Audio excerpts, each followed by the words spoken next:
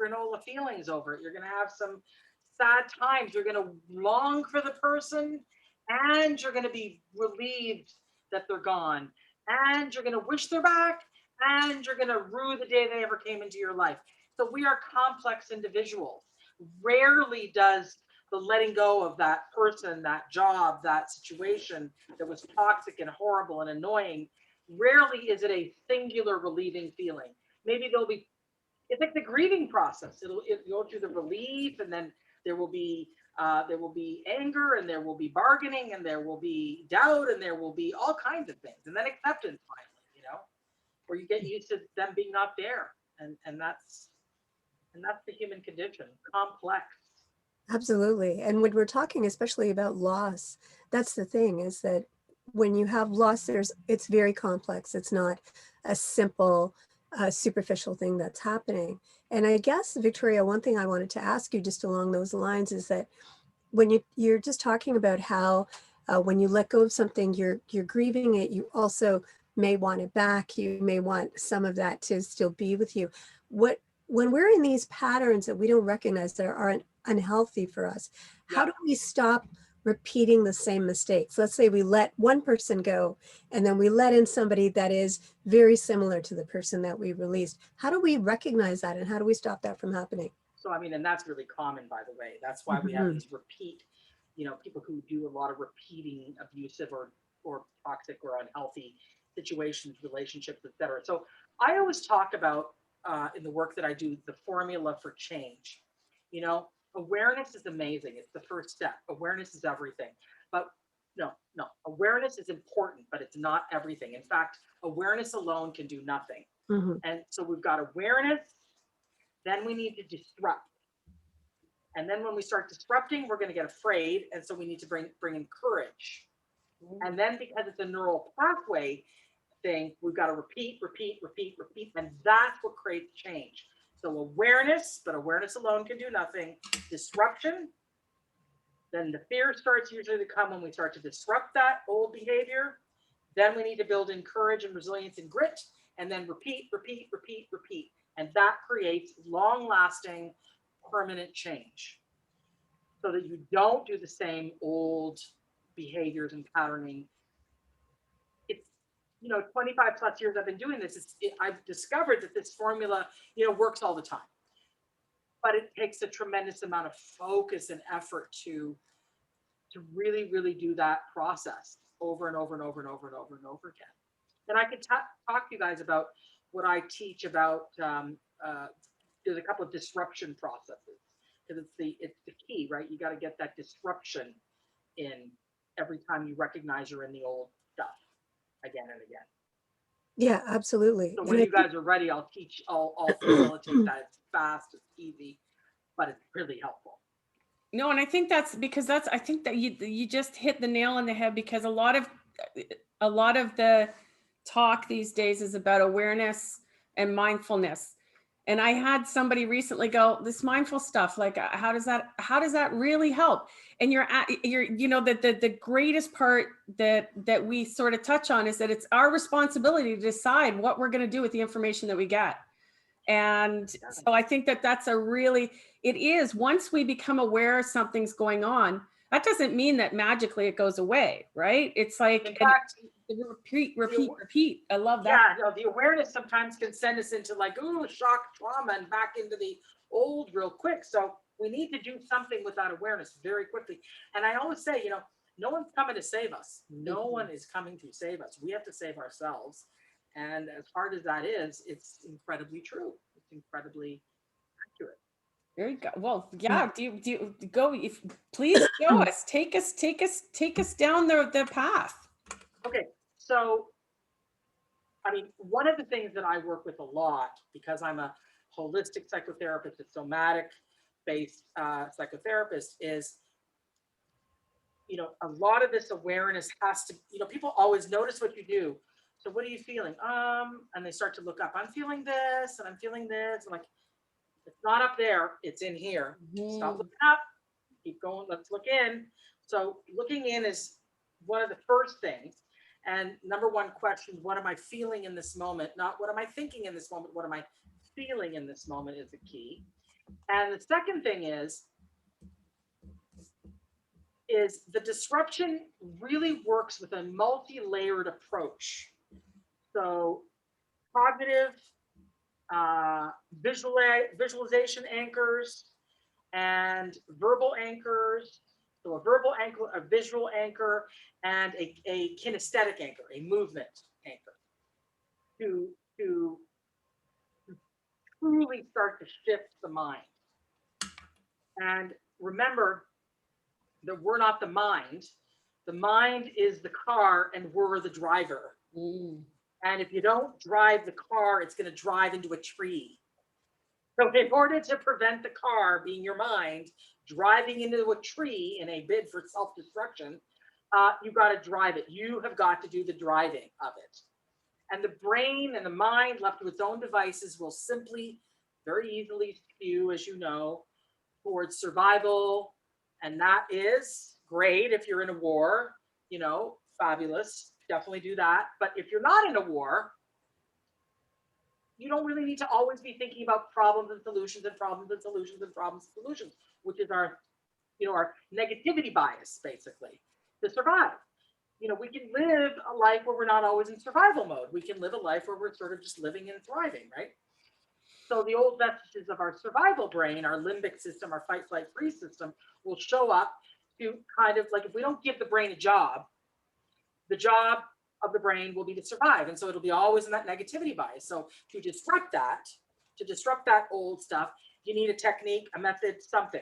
You need something to disrupt it. And the old school used to be put an elastic here and, you know, pain, you know. I'm not such a fan of the pain because you don't want to, you know, so couple pain with change. You want to, there might be another way, although pain is a very important commodity. We do need to pay for change, but not necessarily always. So let's say we have our thought, our belief system that comes in, our way of looking at something, or in the case of leaving a toxic relationship and still pining for it, let's just say it's one of the examples we're using. So there's the pining for the toxic, right? So we want to disrupt it. So we got the awareness. Oh, I'm call it, name it. Oh, I'm pining for that toxic thing again. Awareness, name it, name it. Now what do I do with the awareness? Disrupt it. How do we disrupt it? So I take people, and I'll take you guys from the disgusting to the divine. Okay. The disgusting is, everybody know what a big, ugly, sharp hook looks like? Mm-hmm. A meat hook. For the vegetarians out there, my apologies, but a meat hook. Ugly, bloody, sharp, horrifying, right? Ugh. I really want us to convey how viscerally awful that hook is. I know, gross. So you want to see two of those hooks. And you want to imagine that they're lodged into our body right here in the K27, the 27th point on the kidney meridian, where we register all our fear. And those, imagine two of those horrifying meat hooks are going into our meat right here. I know, gross. I know, I get it. Horrifying. And this represents crappy patterns, or guilt, or shame, or other people's expectations, or longing and pining for toxic relationships. All the crap that's lodged in your being. And you want to really feel a visceral feeling around that crap and that awfulness and crappiness of that stuff. And then we're all together, guys, ladies, you do it now too. Take your thumbs, two thumbs, and put them into the two hooks. And then 3, 2, 1, unhook. And you want to say those words and do it again and again. So you notice the crap, hook in, and 3, 2, 1, unhook. Unhook. Oh. Yeah. And then go back again, repeat, repeat, repeat, and then put it in and unhook. Unhook. And you might start to get fearful. You might start to get a little bit fearful. You got to bring in the energy of, I am courageous. I can do this. I have grit. I have resiliency. I have strength. I want a better life for myself. And so you, once again, so you notice the thought come in, you imagine and physically, viscerally, and kinesthetically, and then visualize it, and then say it on the verbal anchor, unhook. And that begins the process of disrupting. And you do that consciously. I tell you what, I'm unhooking all day long. Okay, I used to unhook a lot more. Good news, because I've done it so much, I don't need to unhook as much. That's Yeah. one verbal, visual, kinesthetic anchor to unhook and disrupt the awareness. Hmm. And because you're so strong about it, you're bringing that courageous energy, and then you are repeating, repeating, repeating. That's one method. There are about 1 million disruptors. That's one very quick one. I mean, once you really establish that really strong anchor, you really don't need to do it as much. You do for a while, but then you don't. Then all you have to do is say the word, boom, unhook.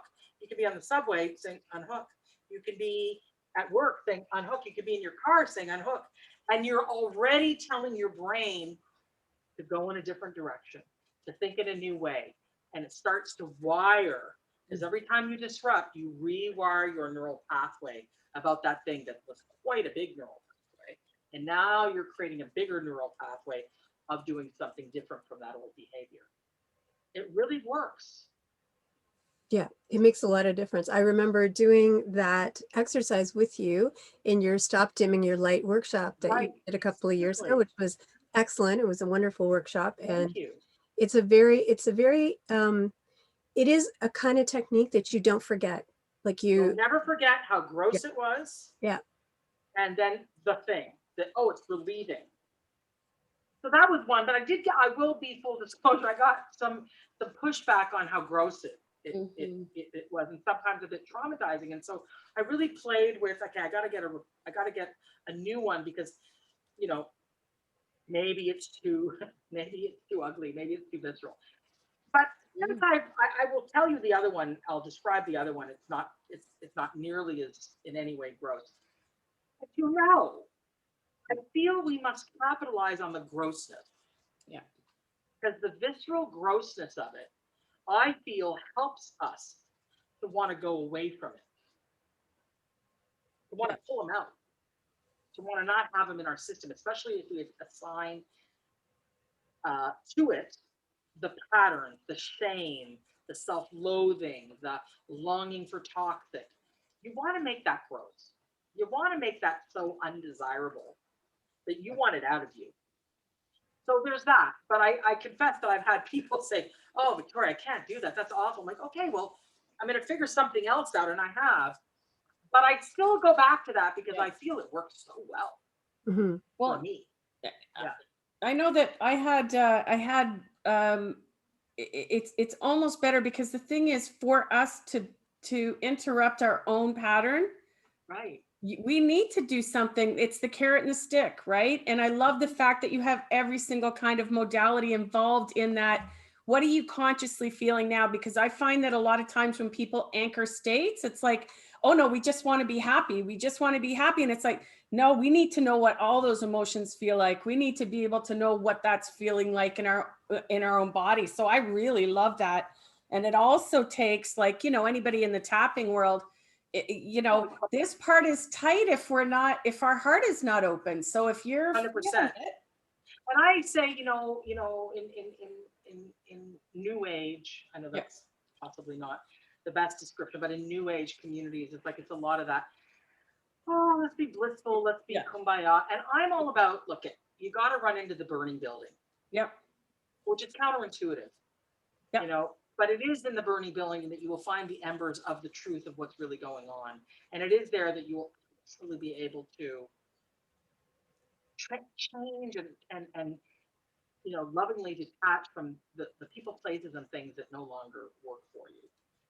I don't know if any of you watched the HBO documentary about Tina Turner recently. Not yet. I've heard great things. yeah. Amazing. But I will say that what I observed, I'm not going to spoil it because it's really beautifully done. But I will say that, she did spend a lot of time wanting to not go back to that stuff. Like, she wrote the book to just put it out there and forget it and done. I'm finished with that. But it just sparked, obviously, just, decades of people relating to her story, right? And every time someone would ask her about, her violent ex-husband, Ike Turner, she'd be like, are we talking about that? No, I don't want to talk about that. I don't want to talk about that. And at one point in the documentary, Oprah, who's one of her dear friends, said, you can't get over it unless you really go there. I went there, I wrote the book, no, but really not avoid it anymore. Really find a way to no longer be so avoidant of it, right? And then the story took us to her mother, and who was very, very, very, very, very narcissistic and rejecting of her. And, she herself was an abused woman, so she just wanted nothing to do with her family. She needed to get the hell out of there. And it was only then did you start to see, as the viewer of the documentary, that Tina Turner was coping with her trauma by truly, really coping with why did she attract or find herself in that terrible, violent marriage and stayed for all those years? Well, she normalized it from the embers, the beginnings of her life. And she didn't really analyze that, I think. I mean, I'm in no way faulting her. She, my God, she went through so much. She did the best she could. And it was incredible what she did with all of that energy, with all that pain. But we have to go to the burning building, and we got to know, well geared up into the ember. You don't just go in flailing about, not protected. You got to go into the traumas, look at it gently, slowly, well supported, well boundaried, to understand the impact upon, not about blaming, but to understand how it impacted you and what did it create in your wiring and in your brain and in your being and in your beliefs, in your self-esteem, etc. That then was like a domino effect for the rest of your being and your life. So it was an interesting documentary, and I think it really is applicable to all of us.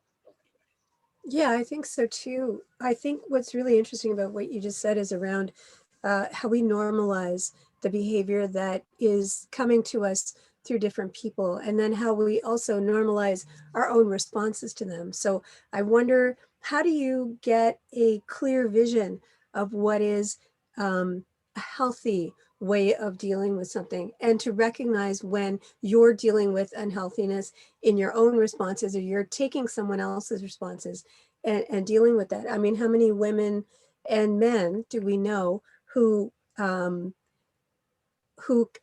unable to advocate for themselves in relationships, and then whatever they're able to get from their partner, they normalize that as being enough or being okay? You know what I mean? So where do we find that balance? How do we find that healthy approach? So a couple of layers to your question. One, I always say the first line of transformation, you have to ask yourself the key question. And that's why journaling, and that's why therapy, and that's why we do all those things, because you got to start to really understand. People say to me, why bother with therapy? It's all in the past. It's over now, isn't it? I'm like, well, sure, therapy is not for those who need it. It's for those who want it. And what do you want? You want to go and explore and create your awareness and understand what makes you tick and understand what your belief systems are, etc. But the first line of defense, the first journal entry needs to start with, what am I feeling right now? Nice. Many people have no idea what they're feeling. But even asking that question will prompt your brain to go on a heat, like on a finding mission about the answer to that question. What am I feeling in this moment? I don't know. Okay. Then I go to, what are you noticing inside yourself in this moment? I don't know. Okay. Is there anywhere in your body that feels tighter than another part of your body? And that, good.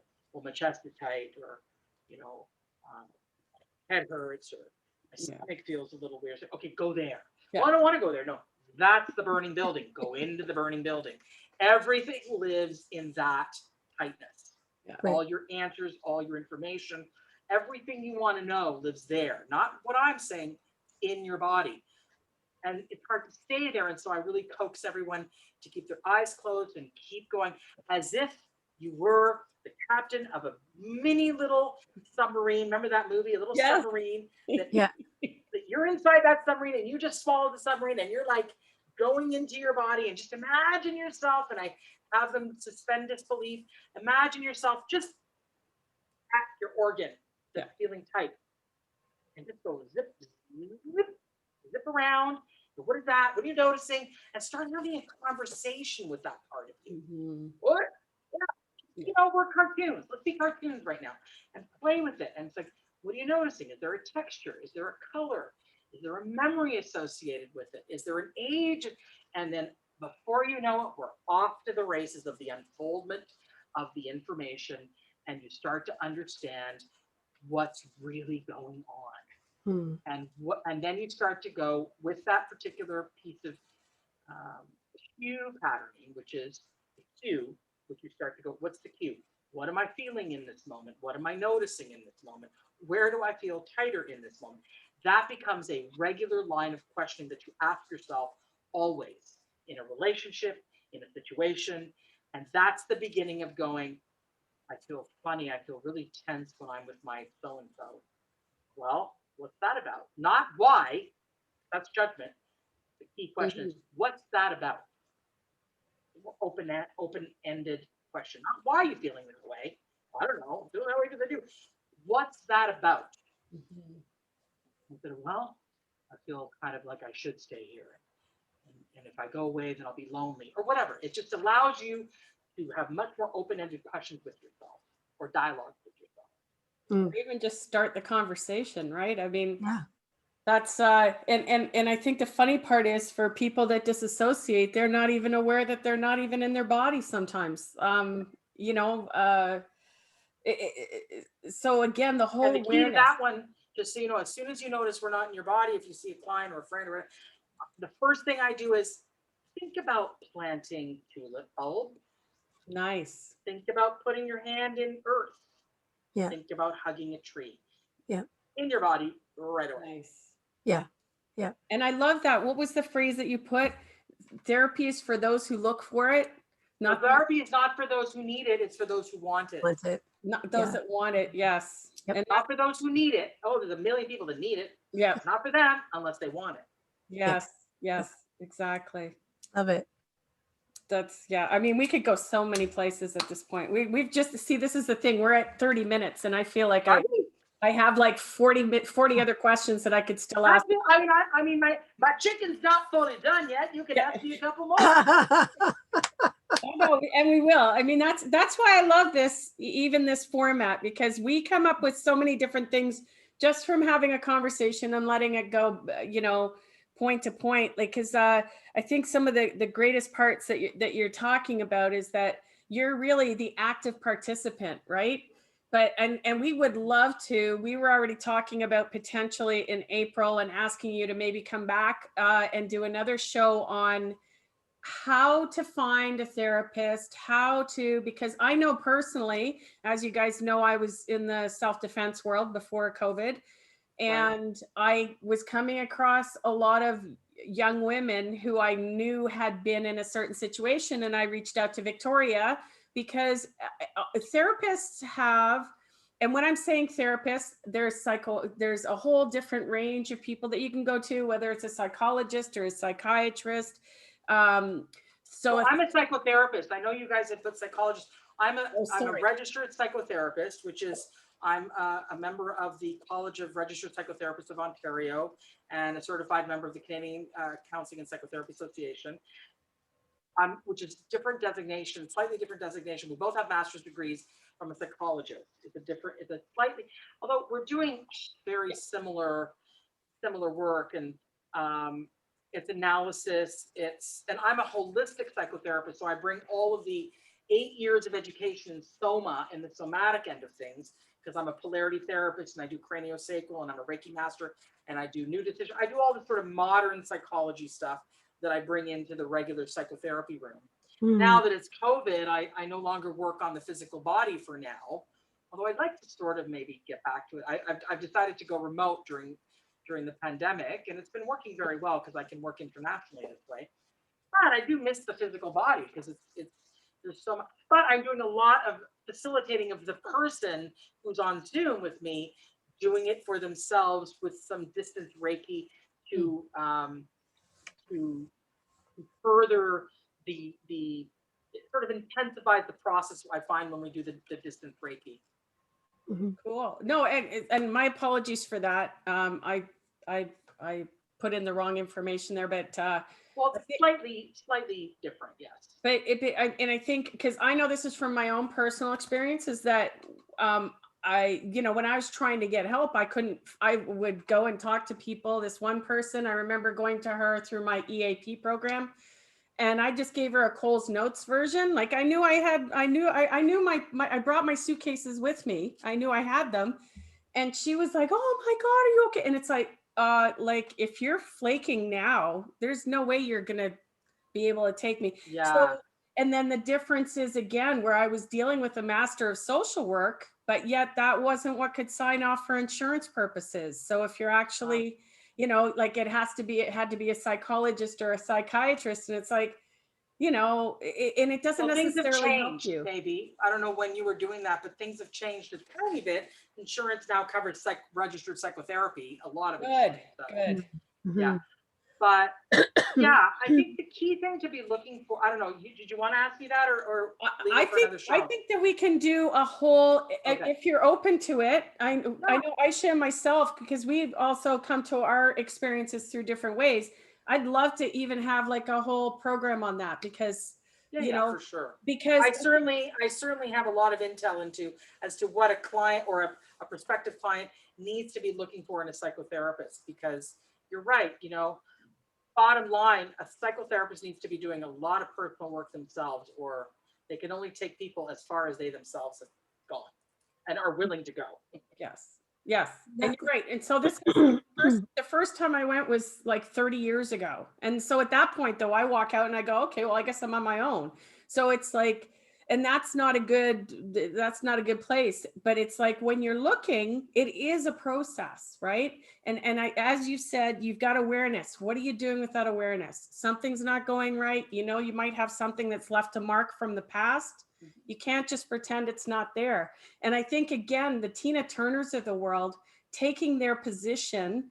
And for her, I know that I believe that, and I haven't seen the show, but I believe just from the last one that she did that out of a sense of responsibility to other women to say, get out of abusive situations, instead of actually going, how did I end up there? How did I end up going back to something like that? Right. So that's two different stories.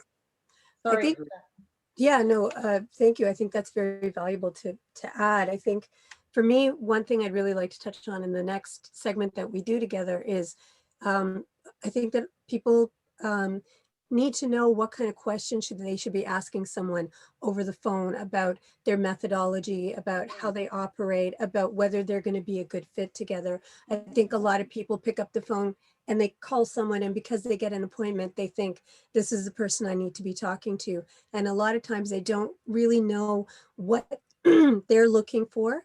They don't have the advocacy skills. They don't have the agency, depending on what they're dealing with. If it's sexual abuse, if it's trauma, if it's anything like that, they may not have the voice to be able to ask the right questions that is going to get them the best kind of help that they need in that situation. So for me, it's also that kind of practical thing of giving people the tools, knowing, first of all, you want to interview at least 3 people and make a decision based on, at least 3 people, and know what kind of questions to ask, and know yourself what you're willing to bring to the process as well. Because for a lot of these people who don't have coverage for the stuff that they're getting done, this is a lot of money that they're paying for services where they may not get something at the end of it. So I want to, from that lens, I'd like to kind of explore that a little bit as well with you, Victoria. Absolutely.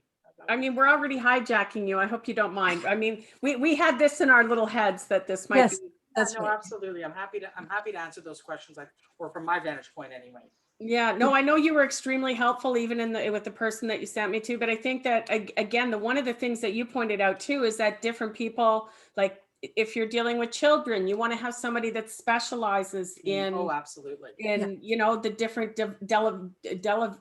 developmental stages, right? For sure. Yeah. Absolutely.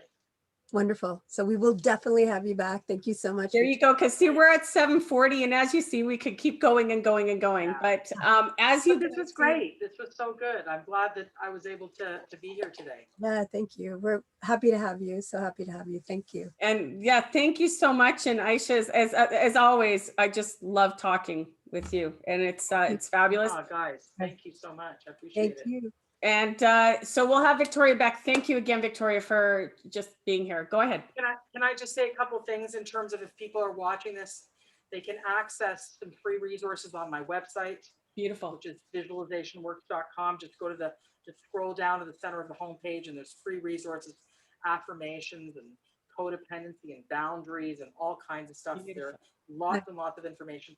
And also there's a free meditation, guided meditation called Heal the Hurt Child. When you go to my website, sign up for that free meditation. And that way you get the free meditation, which is 15 minutes long. It's really powerful. It's amazing music in my voice and an amazing journey, which is so, so healing.